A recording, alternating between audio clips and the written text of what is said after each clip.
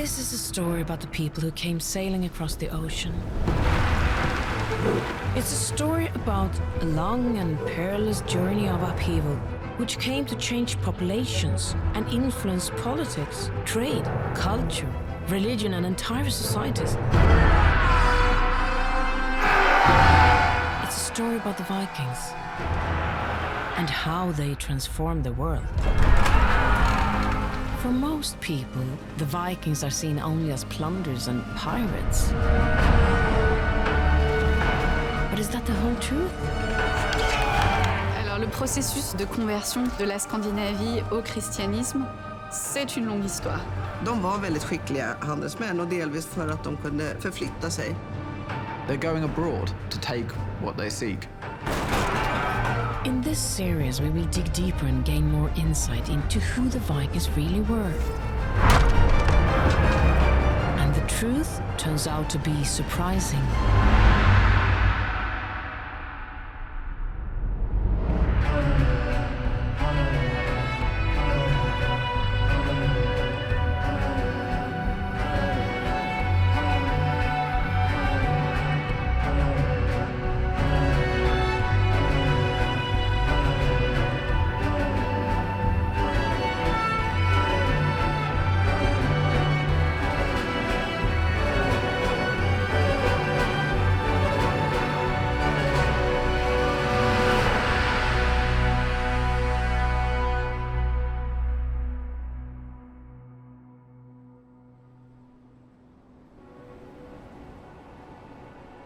In the late 8th century, the Vikings started appearing along the coast of Europe. With their longboats adorned with dragon heads and loaded with well-armed warriors, the Vikings soon became infamous for their swift and brutal raids. Initially, they mainly targeted monasteries, pillaging them for gold and silver. The monks, whose only weapon was their Christian faith, were an easy prey and would seldom be spared the wrath of the Norsemen. Over the years, the Viking strategy changed. They were not only brutal warriors, but also skilled diplomats, not afraid to mix with powerful rulers who wanted to create a new Europe. In fact, the Vikings would reshape several European countries. One of these was Francia, a kingdom that we will come back to over the course of this series. But why did the Scandinavians set sail across the seas and become pirates? In order to answer this, we must go back to a time before the Vikings' journey into Europe. To 6th century Scandinavia.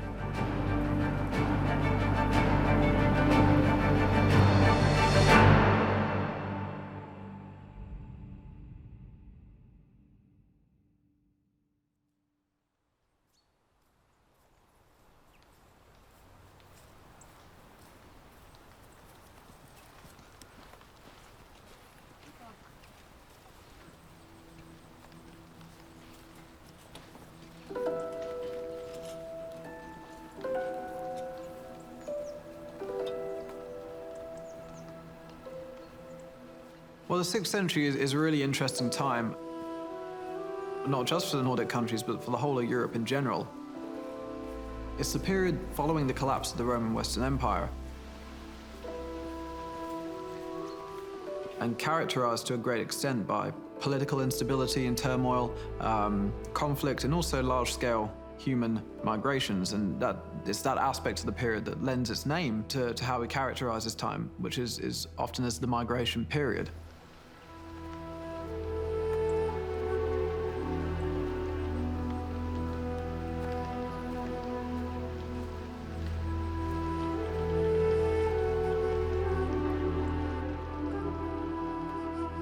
Si on garde à l'esprit donc que la Scandinavie, à ce moment-là, c'est un paysage essentiellement agricole, donc où les sociétés vivent de l'exploitation des ressources naturelles et de l'agriculture.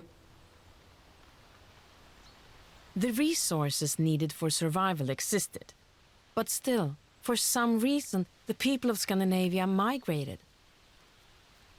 There are very many various political, social factors that would contribute to all of this, but there is a suggestion now that part of this might be linked to some kind of climatic event that takes place around the mid 6th century.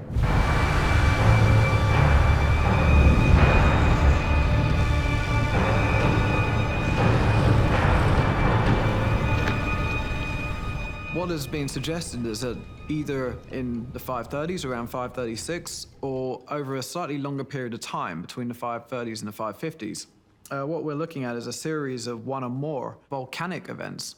Vid de här vulkanutbrotten så spyr det ut massa aska i atmosfären och den här askan ligger kvar i flera år. Vilket gör att solen blir förmörkad, somrarna är kalla, det kan vara frost mitt i sommaren och det leder till en stor missväxt, inte bara ett år utan flera år i rad.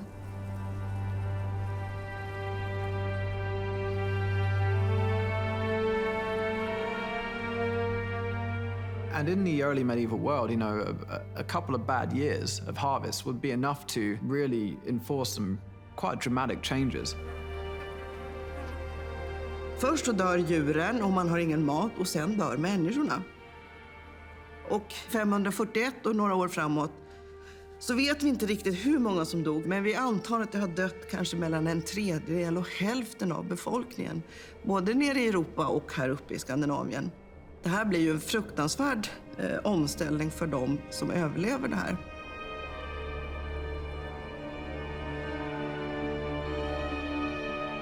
How do we know that the climate crisis actually happened? What evidence do we have?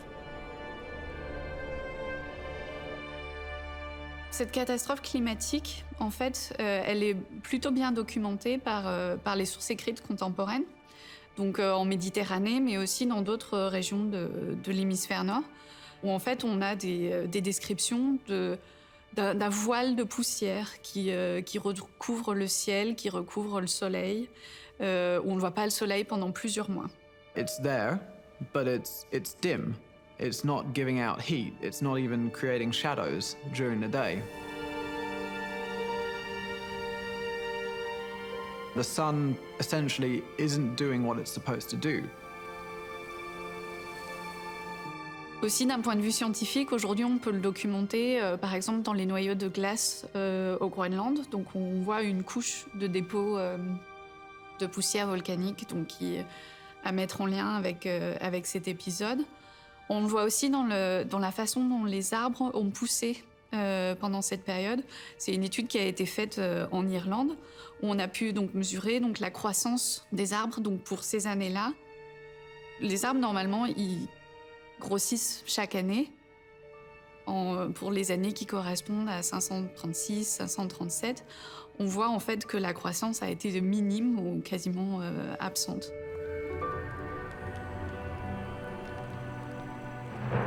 Vi kan också se det arkeologiskt till exempel genom att det är många byar som blir övergivna. Det är stora gårdar som alla flyttar från. Det finns ingen som bor där.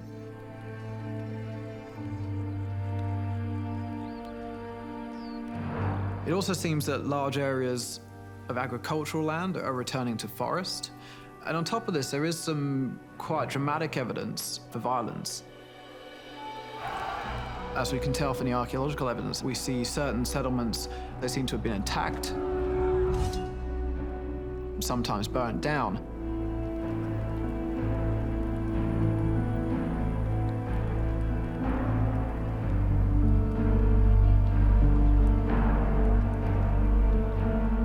And the main key bit of evidence that leads us to believe that these were attacks, not accidents, is that in some of these places people are left unburied within the burnt houses. It is believed that around the year 580, more than 1 million people may have lived in Denmark, Norway, and Sweden. Of these, perhaps 300,000 or 400,000 would suffer an early death because of the climate crisis. It seems that powerful landowners used the climate crisis to brutally seize even more land and resources from rival villages and families. It could be said that the power struggles that took place during these years transformed the society's ruling class.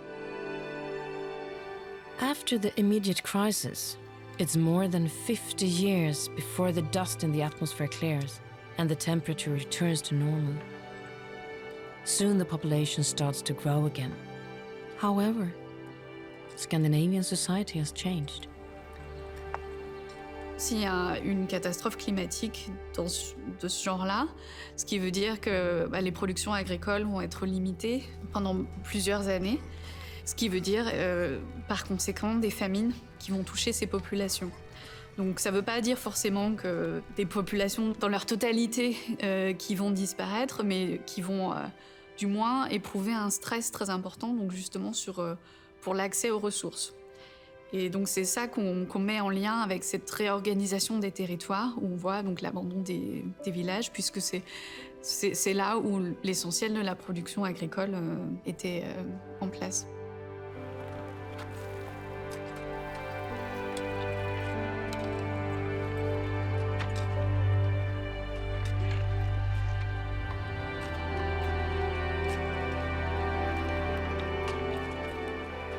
De som till slut överlever de här katastroferna, de växer fram i en ny värld där det plötsligt inte är trångt, det finns inte alls lika många människor.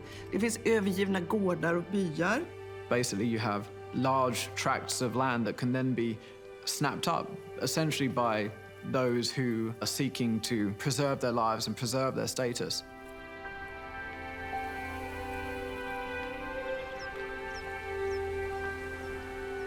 Och innan de här katastroferna, då var det ganska trångt. All mark var redan uppodlad eller ägdes eller bestämdes över av någon.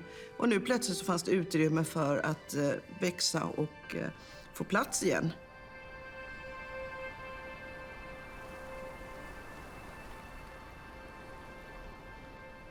It seems to be much more hierarchical, in which power is to a great extent based on the ownership of land and territory.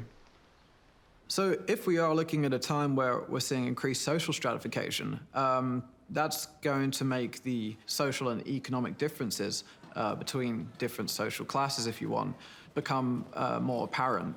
It may be a time where we see an intensification of slavery or dependency of the lower classes on the aristocracy. And as a result, that gives the aristocracy the means and the power to consolidate their hold on the landscape.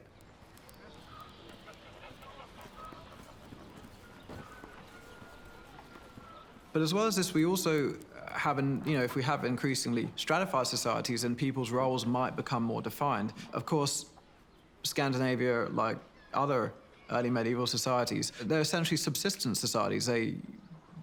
People need to produce what they need to live. So agricultural practices are incredibly important, as are all kinds of production processes that take place within the household to produce what people need to live out their daily lives.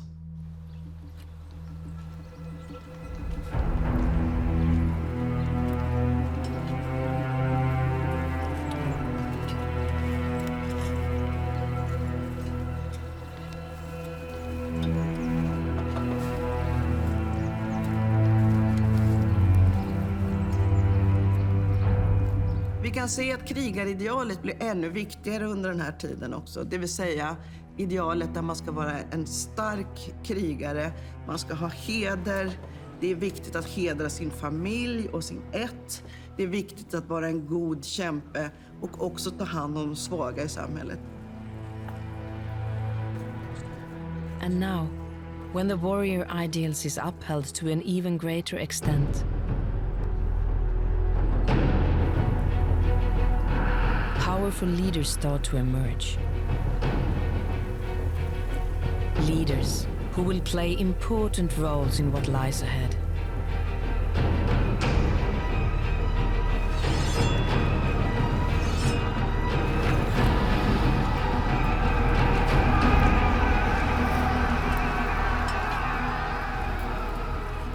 Societies are becoming increasingly militarized.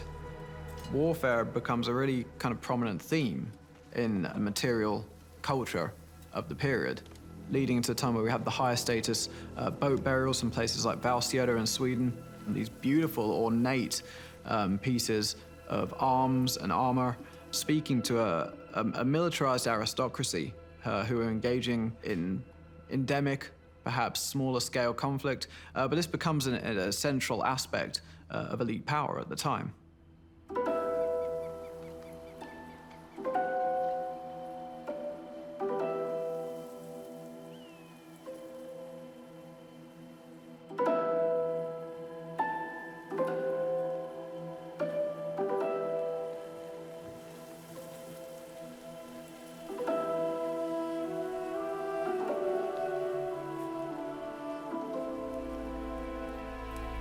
Kvinnorna på den här tiden hade det ofta förhållandevis bra.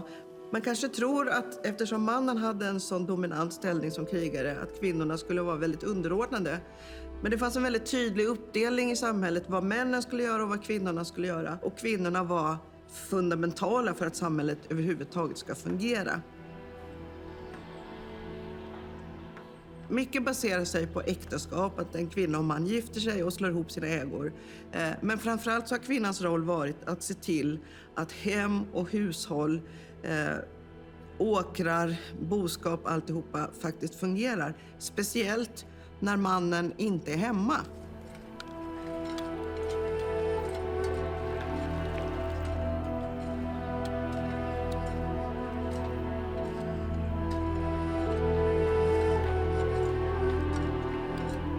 När en kvinna och en man gifter sig, då får kvinnan med sig en stor hemgift. Och om de bestämmer sig för att skiljas, vilket var möjligt på den här tiden, så får kvinnan med sig sin hemgift som sin egen egendom. Så att även om hon skiljer sig så kommer hon att klara sig ganska bra. Sen kan kvinnan välja att gifta om sig. Och då är det ju ännu mer egendomar som slås ihop.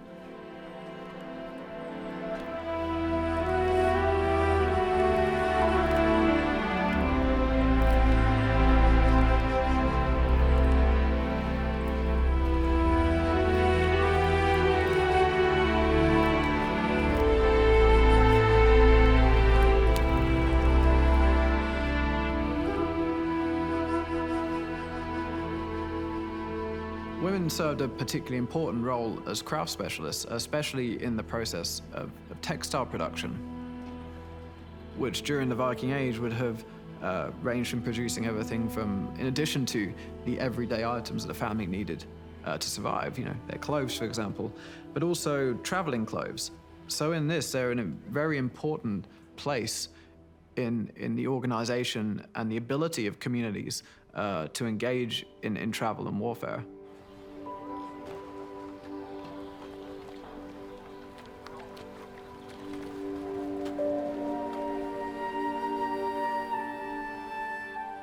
Et c'est une question pour le Moyen-Âge en général qui a été débattue. Est-ce qu'on avait une conception de l'enfance qui est la même que la nôtre?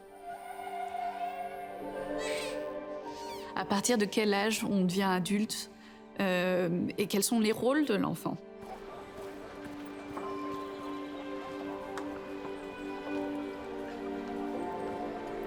Et je pense que dans la société viking, donc sur la base des très peu d'éléments qu'on a, il y avait une conception assez différente de la nôtre, de ce qu'était l'enfance.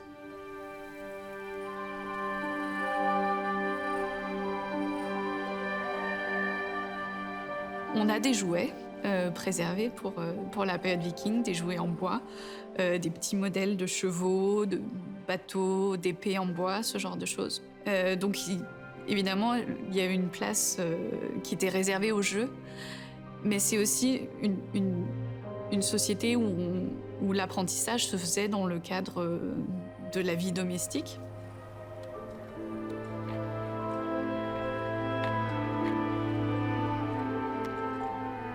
It's quite possible that in many ways they were simply perceived from quite an early age as just kind of small adults, in that they would take on the same roles as their family members before them, their extended kinship networks and the communities that they lived within. So they would take part in agricultural practices, in cleaning and learning to cook and produce certain craft items.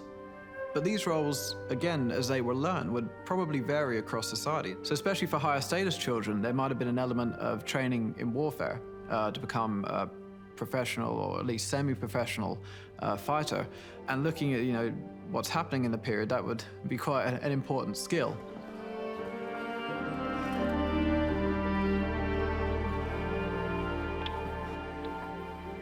Bien sûr que je pense qu'on peut s'attendre à ce que beaucoup de parents aient eu une affection particulière pour leurs enfants, mais je pense qu'aussi dans beaucoup de cas, il y avait aussi une forme de détachement, surtout dans les premières années.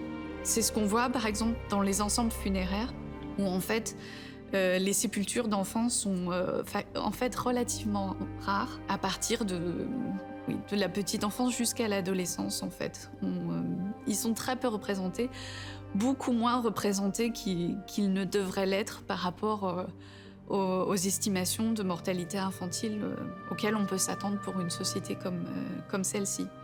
Donc c'est possible que en fait les décès infantiles étaient traités d'une façon un peu différente, que peut-être qu'ils étaient enterrés d'une manière différente, pas forcément avec les adultes. En dehors de ça, je pense qu'on peut s'attendre à ce que, comme dans beaucoup de sociétés en Europe à cette époque-là et pour le reste du Moyen-Âge, l'enfance, c'est une période d'apprentissage.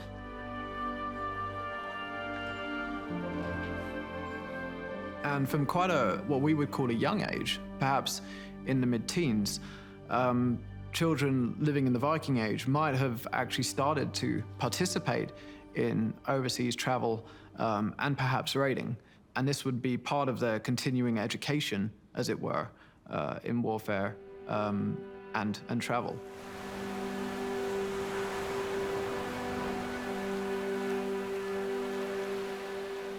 After the climate crisis, in this new society, the role of the sea becomes increasingly important, and the people of Scandinavia strive to travel further and further out in search of a better life. To do this, they need ships suitable for long journeys. The Scandinavian people have known about shipbuilding techniques for a long time, but in the past they have mainly built rowing boats.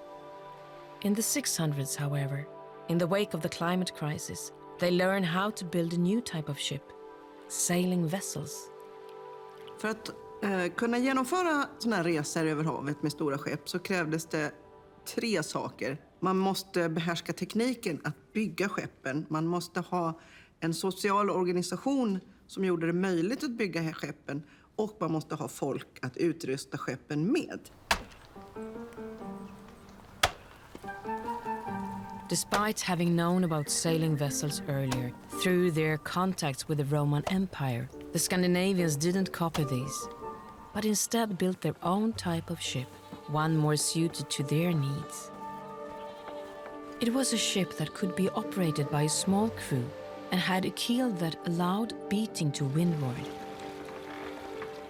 This would prove to be very useful for the Vikings in the future.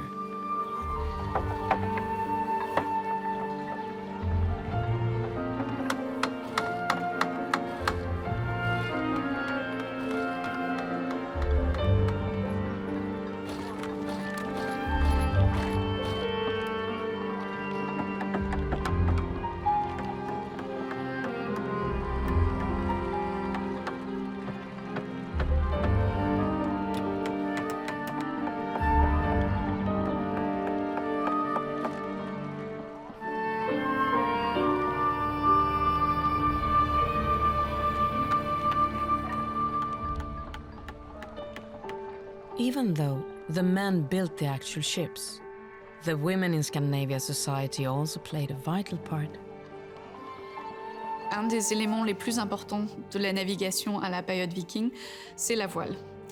Donc déjà la fabrication de la voile en elle-même, c'est toute une entreprise.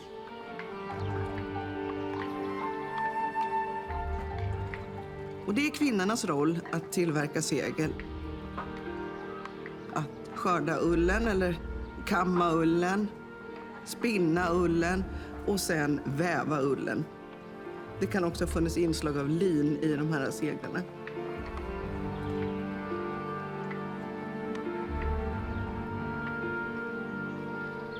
C'est des centaines d'heures de travail pour plusieurs personnes. Donc la voile en elle-même, c'est un des produits sans doute les plus coûteux par rapport à la fabrication d'un bateau. Och varje skepp hade förmodligen ett par segel under sin livstid. De tog ju slut eller gick sönder. Experimental archaeology has shown that just to produce, to spin and weave the wool needed for a single sail would take someone working on their own years of full-time work. What this implies is that there had to be a level of production among these societies that actually, in all likelihood, far exceeded the kind of standard subsistence demands that were made on them during everyday life.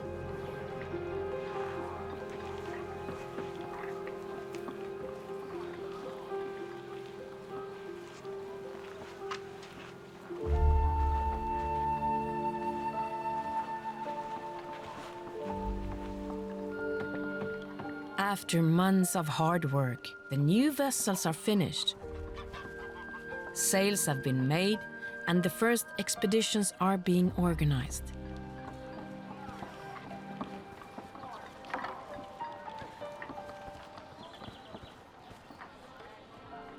On n'a pas beaucoup d'évidence textuelle pour le début de la période viking. On est un peu mieux informé pour la fin de la période viking, où en fait, on voit que ces expéditions, en fait, elles étaient préparées collectivement, où c'est souvent un regroupement de personnes qui sont des partenaires dans cette entreprise.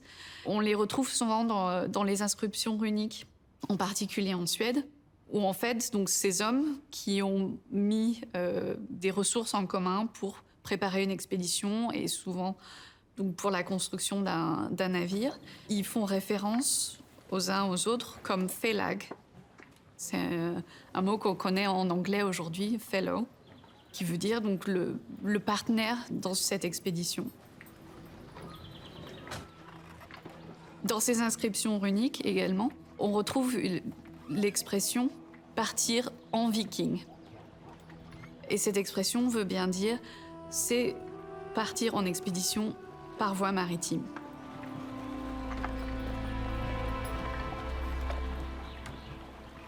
Elle peut avoir des caractères assez différents. Ça peut être une expédition plutôt à but commercial ou plutôt à but militaire. C'est pas forcément distingué, du moins dans le langage. Mais c'est de manière générale, sur quoi ils insistent, c'est une décision collective de mise en commun de ressources pour la construction d'un navire et pour partir en expédition ensemble. För att kunna få den här organisationen att fungera, för att de här människorna faktiskt ska kunna lösgöra sin tid för att arbeta enbart med att bygga och utrusta ett skepp, så krävs det ett samhälle runt omkring som har ett överskott som gör att de här människorna kan fokusera på det här. Det vill säga, de måste ju ha mat och husrum under tiden. Och då krävs det en stor organisation, kanske en hövding eller en rik storman, en rik bonde eller en kung som ser till att det här arbetet blir gjort.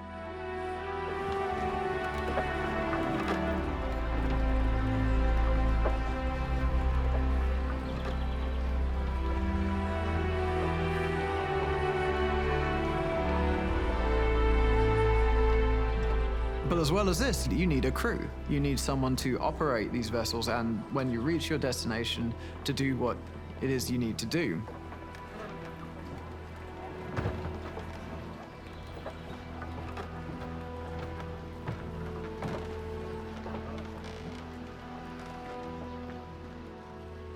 We're not quite sure exactly who participated in these raids. It could have been, almost anyone to some extent. Certainly, I think it's possible that members of the aristocracy, for whom an element of their power depended on being able to project a kind of martial identity, they might have certainly chosen to undertake raiding, taking with them perhaps the professional warriors of their household.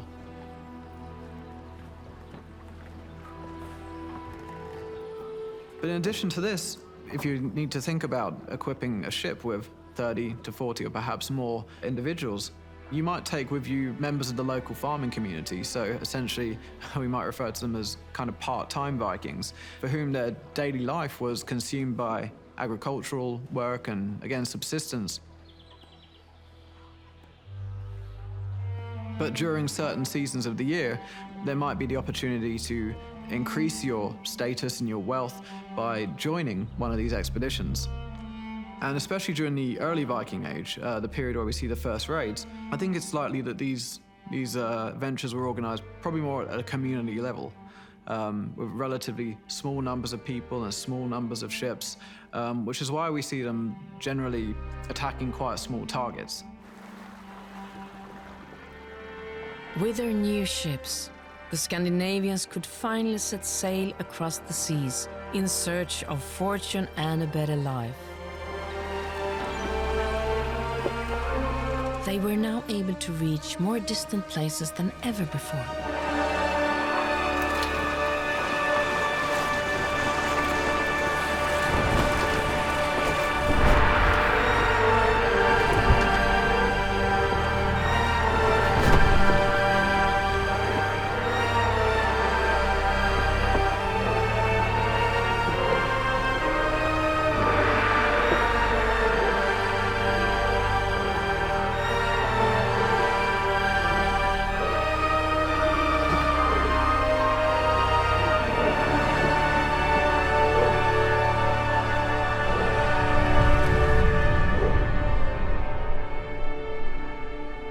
Les premières attaques vikings qui ont été documentées, elles ont lieu dans l'Europe de l'Ouest à partir de la fin du 8e siècle.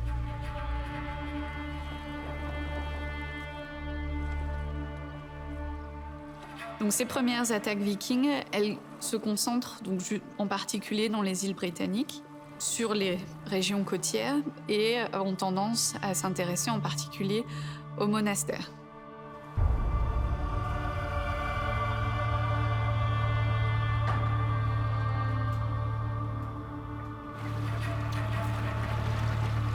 The monks are blissfully unaware of what's about to happen as the sailing vessels swiftly approach from the sea.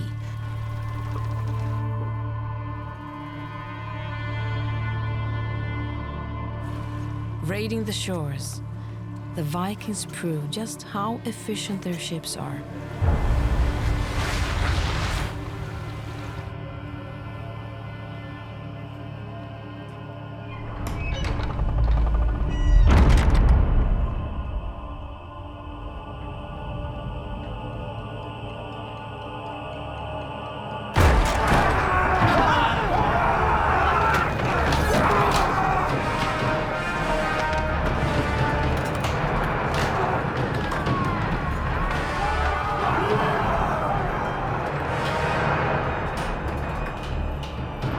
Och det är här de här fiffiga vikingaskeppen kommer till sin rätt. De manövreras väldigt snabbt, man kommer dit fort, man kanske kommer på natten, ingen ser. Och på slutet så ror man hastigt och tyst. Man kommer långt upp på stranden och sen kan man dra upp båtarna, vilket gör att man kan landstiga i princip var som helst och sen väldigt snabbt ta sig därifrån. Évidemment, les monastères, c'est des sites assez exposés à ce genre d'attaque, puisque c'est des sites qui ne sont pas défendus et qui contiennent aussi un grand nombre de richesses qui est portative. Donc tous les objets liturgiques, les livres, etc., qui étaient faits donc en matériaux précieux, en métaux précieux, en argent, en or. C'est facile à piller et c'est facile à transformer également.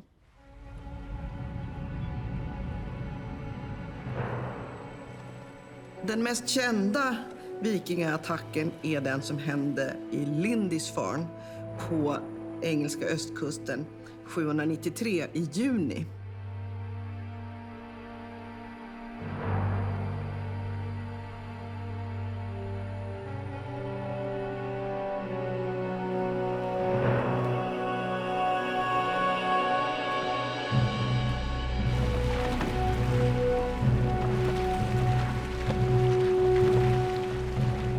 En stor mängd skepp kommer smygandes fram till den här ön.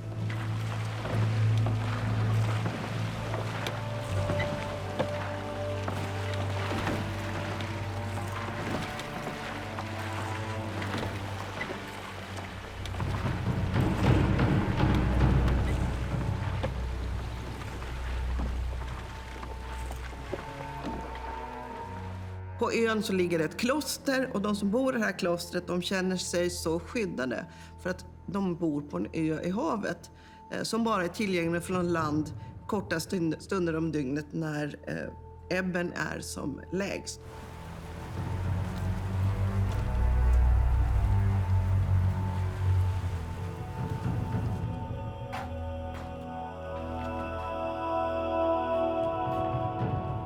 Plötsligt så dyker de här vikingarna upp. Kommer springande med sina yxor och sitt fladdrande hår antagligen och skriker. Och de här stackars munkarna blir helt tagna på sängen och många av dem blir ihjälslagna. Många skatter rövas och plundras därifrån.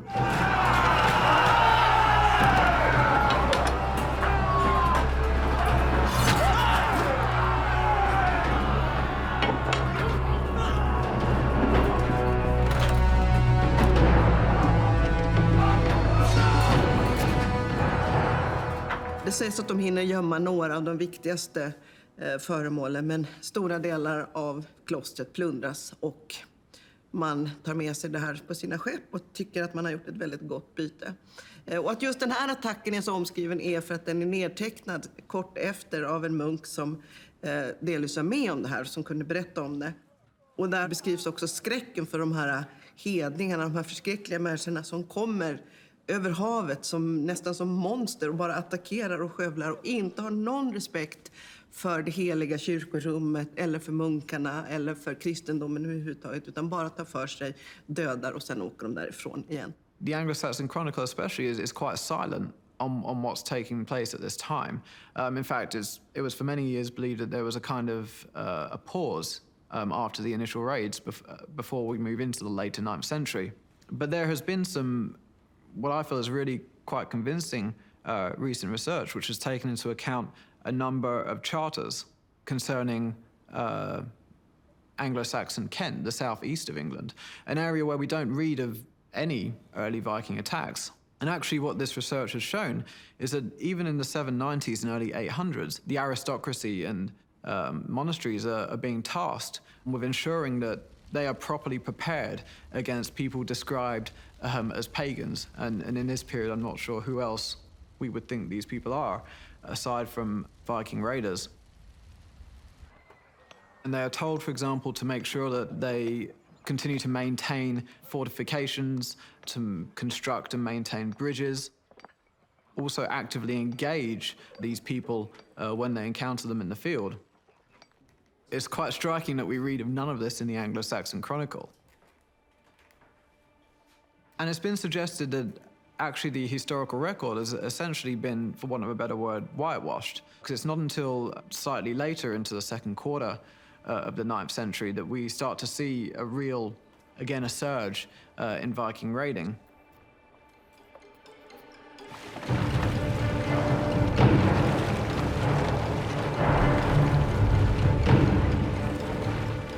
The Vikings have often been described as pirates, violent pillagers who spread fear and terror as they set out along the coasts of Europe in their longships.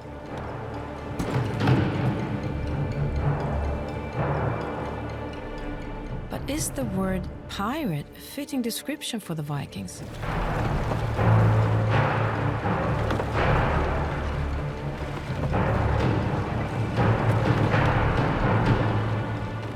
When we look at the available sources from Western Europe, we see Viking raiders and raiding parties being portrayed as incredibly brutal and unsophisticated groups. All of the cliches of burning monasteries and killing monks. But it's quite clear that even to engage in this kind of overseas raiding, a great deal of organization is needed, both of materials and people.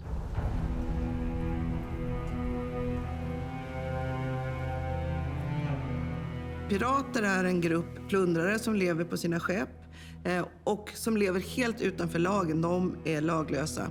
De tillhör ingen social organisation. De följer inga sociala regler. Vikingarna däremot, de kom från ett stabilt socialt sammanhang. De hade sina hemländer, sina gårdar, sina hövdingar. de hade en stabil organisation i ryggen. Bon, à ça, il faut ajouter tout un tas de nuances importantes, puisque donc le fait de partir en expédition viking, ça n'était pas uniquement dans le but d'attaquer et de piller d'autres personnes, ça peut aussi être comprise comme une expédition à but commercial. Mais ce qu'on voit aussi, ce qu'on inclut dans le phénomène viking, c'est aussi une expansion qui a un but colonisateur. En fin de compte, c'est de s'installer. Ce n'est pas uniquement de piller à court terme. Det enda de gör är att de kommer på ett nytt sätt att skaffa rikedom. Plundra genom att landstiga, gå till attack och sen åka iväg igen i sina skepp. Och det ingår i den sociala kulturen att man kan göra på det sättet. Och det är inte på något sätt laglöst. Även om det kan uppfattas laglöst i det landet som man anfaller. Men för vikingarna själva så var det här helt normalt och låg inom det normala.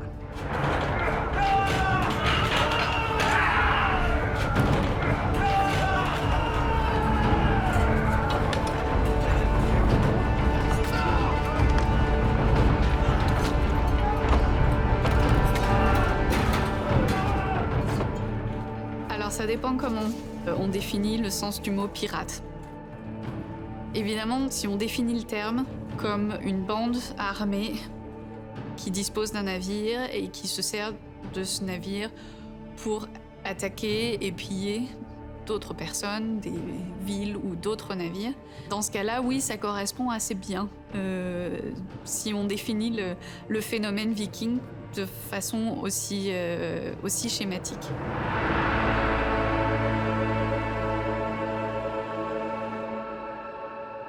So I think when we're talking about the early Viking raids, the term piracy is actually quite apt, but perhaps not in quite the way that we would understand it today. I think certainly in Scandinavia, these people would not have been perceived as acting outside of the law in any way. They're not committing violence among their home communities. They're going abroad to take what they seek. What we're looking at here is fairly indiscriminate seaborne raiding. These are groups that are operating independently, engaging in opportunistic raiding in search of plunder, without a kind of sense of overall strategy. These very much seem to be at this time opportunistic seasonal raids. That doesn't mean they're not well organized and they're not well planned, but I think what this kind of model of seaborne raiding fits into, it does kind of fit very well with what we would in the modern day call piracy.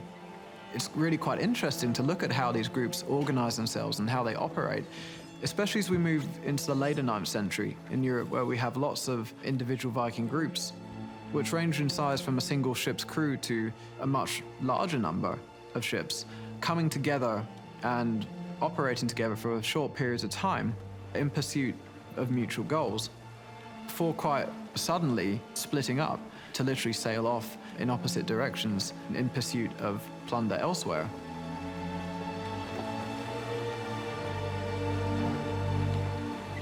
And so I think in doing this and in trying to not directly compare, but to construct analogies between these groups, I think that offers quite a lot to how we understand these Viking groups and what they're doing overseas.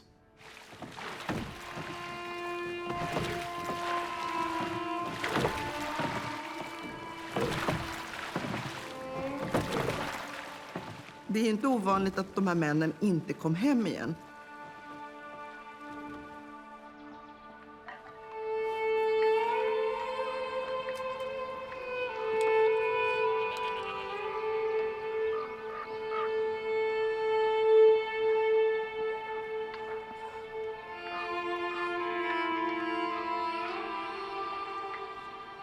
Man kan se att änkor har rest stenar över sina män som har rest ut och sen blivit dödade och inte kommit hem.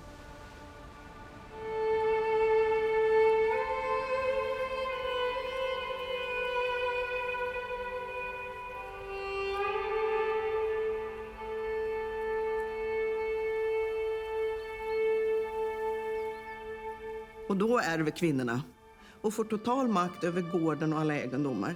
och blir då väldigt starka maktfaktorer i det här samhället.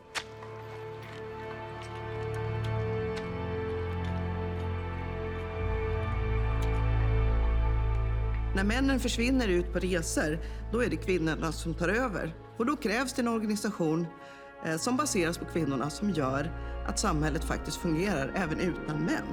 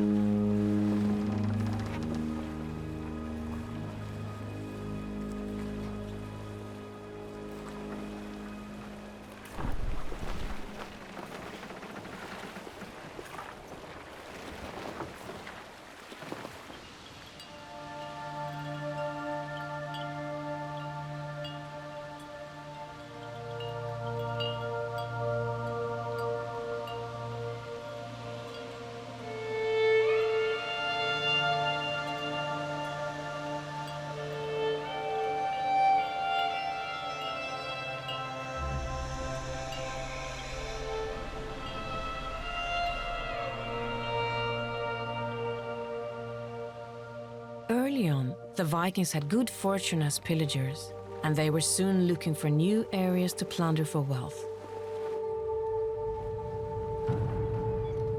But when they start attacking the coast of the Frankish Empire, they suddenly face resistance unlike any found on the British Isles. For the ruling emperor here has no plans of surrendering his Christian lands to the pagan pirates. His name is Charlemagne.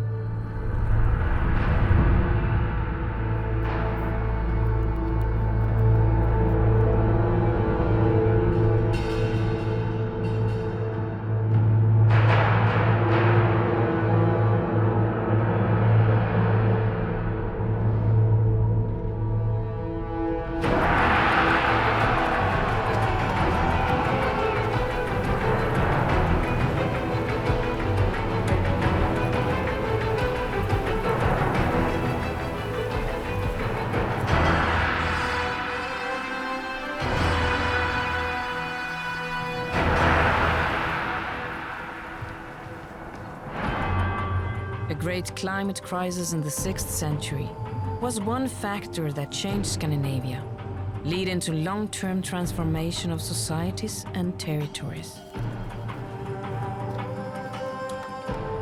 which provided them the opportunity to travel further out and reach easily plundered targets such as monasteries. They had now become Vikings.